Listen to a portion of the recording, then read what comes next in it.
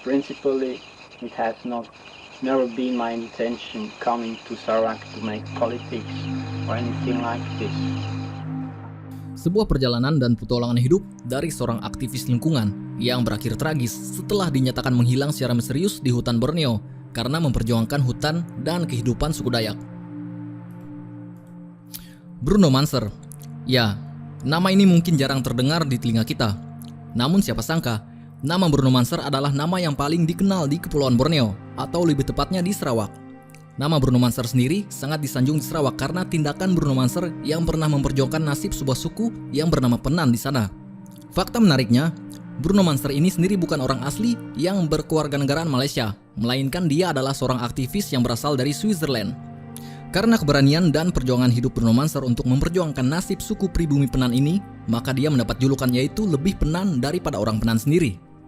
Bruno Manser sendiri lahir di Basel, Switzerland pada tanggal 25 Agustus 1954. Pada saat usia Bruno Manser 19 tahun, Bruno Manser pernah dipenjarakan karena menolak wajib militer yang diwajibkan kepada setiap remaja warga negara asli Switzerland. Setelah dibebaskan dari masa tahanan, Bruno Manser memilih untuk bekerja sebagai pengembala hewan selama kurang lebih 10 tahun. Di balik pekerjaannya sebagai pengembala hewan, Bruno Manser juga mulai menumbuhkan minatnya sebagai penghasil kerajinan tangan dan ilmu pengobatan terapi. Bruno Manser juga mempunyai beberapa keahlian, diantaranya menenun, menghasilkan pakaian sendiri, dan kasurnya sendiri. Selain itu, Bruno Manser juga memiliki kebiasaan yaitu kerap melakukan pendakian pada gunung. Ketika Bruno Manser berusia 30 tahun, dia memilih untuk pergi ke Terengganu, Malaysia, dan tinggal bersama dengan warga sekitar di Terengganu. Pada tahun 1984, ketika sedang mempelajari lebih dalam mengenai hutan yang ada di Malaysia, Bruno Manser diperkenalkan dengan sebuah suku nomaden atau yang lebih dikenal dengan sebutan Penan. Tak cukup sebatas mengenal, Bruno Manser pun menaruh minat yang sangat besar untuk dapat berjumpa secara langsung dengan orang-orang Penan ini dan mau mengenali kehidupan mereka secara lebih dekat. Maka pada tahun yang sama, yaitu 1984, Bruno Manser pun memutuskan untuk terbang ke Sarawak dengan menggunakan visa wisatawan. Setibanya di Sarawak, Bruno Manser dengan berbekal beberapa pengalaman ekspedisi dan keyakinannya memulai usaha pertamanya untuk mengunjungi desa yang dihuni oleh suku Penan secara sendirian. Namun sangat disayangkan, usaha pertama Bruno Manser ini gagal dikarenakan dia jatuh sakit karena memakan tumbuhan yang beracun. Setelah sembuh dari sakit, Bruno Manser pun memulai kembali ekspedisinya dan usaha keduanya ini pun berhasil. Bruno Manser berhasil menemukan suku Penan yang berada di Long Saridan yang terletak di Sungai Limbang. Pada awal kedatangannya, Bruno Manser mencoba mendekati kumpulan orang-orang Penan ini.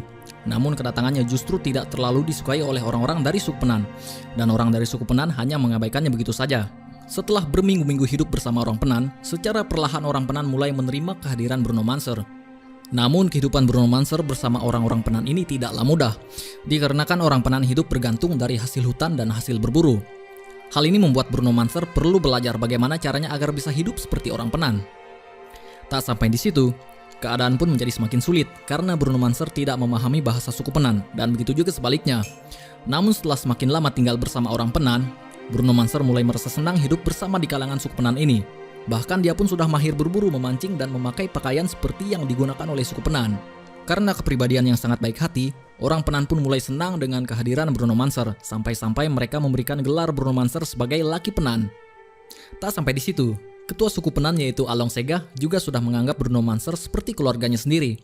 Sepanjang hidup dengan suku Penan, Bruno Manser rajin menulis catatan dalam bukunya tentang apa saja yang dipelajarinya selama bersama orang-orang Penan. Sementara itu, setelah berita tentang Bruno Manser hidup bersama orang Penan diketahui, banyak media yang mulai memberi gelar sebagai Tarzan orang putih dan memberitakannya kemana-mana. Karena hal tersebut, Bruno Manser banyak dikecam dan mengatakannya sebagai orang yang bodoh karena mau memilih hidup seperti orang Penan.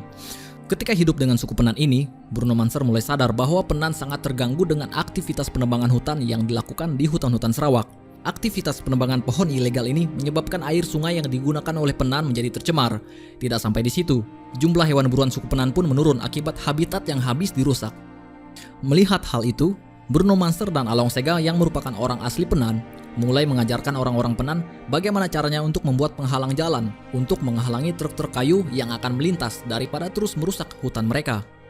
Selain itu, Bruno Manser juga mulai mencari dan menyatukan suku-suku lain di hutan tersebut agar dapat bersama-sama mempertahankan hutan yang menjadi tempat tinggal mereka.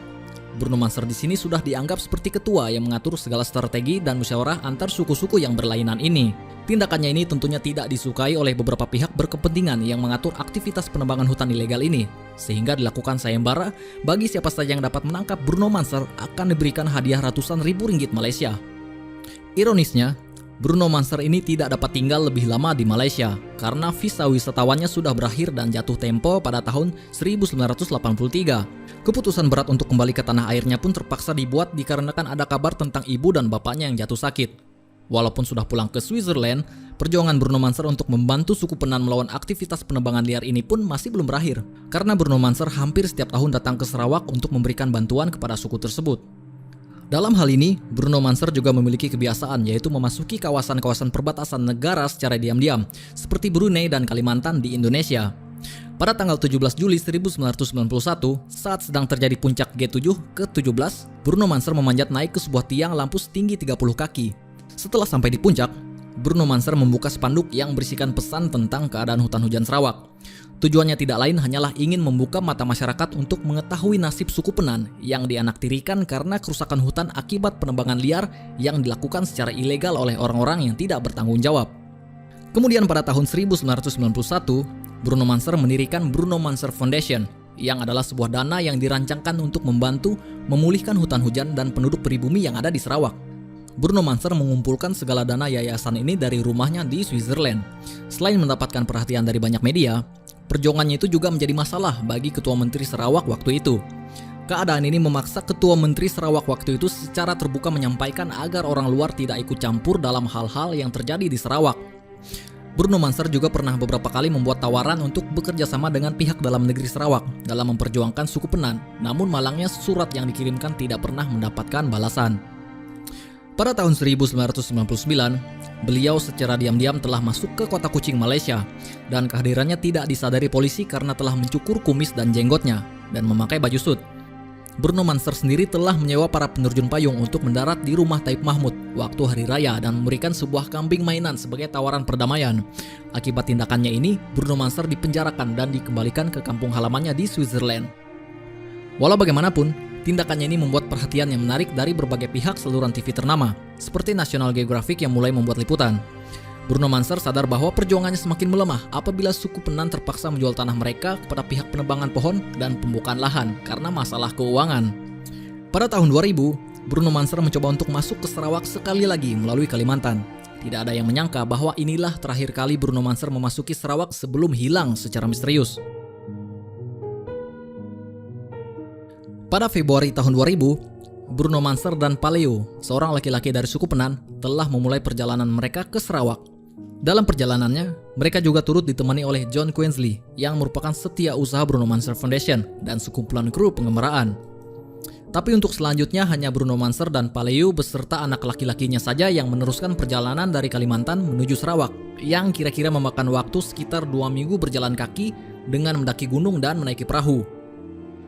Bruno Manser terakhir kali dilihat membawa beg galas seberat 30 kg bersama rekannya dari Penan, Paleo dan anak lelakinya. Pada tanggal 25 Mei tahun 2000, mereka menemani Bruno Manser hingga tiba di kaki Bukit Batu Lawi. Bruno Manser kemudian menyatakan niatnya untuk mendaki gunung itu sendiri dan meminta Paleo untuk meninggalkannya di sana. Itulah terakhir kali Bruno Manser dilihat. Bruno Manser Foundation dan sekumpulan orang Penan berusaha mencari Bruno Manser, namun tidak ada yang menemuinya. Ada kemungkinan Bruno Manser jatuh di sisi gunung, tetapi mayatnya dan barang-barangnya tidak dijumpai.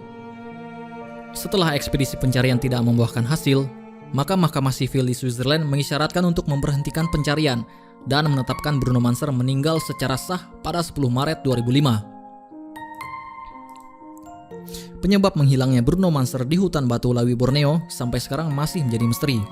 Dan ada yang mengatakan hilangnya Bruno Manser dilatar belakangi konspirasi politik, tapi tidak ada yang tahu pasti tentang kebenarannya. Kisah nyata perjalanan Bruno Manser ini didokumentasikan dalam sebuah film dokumenter, Laki Penan, dan diadaptasikan dalam sebuah film layar kaca, Paradise War: The Story of Bruno Manser. Turun ke Jalan Eja.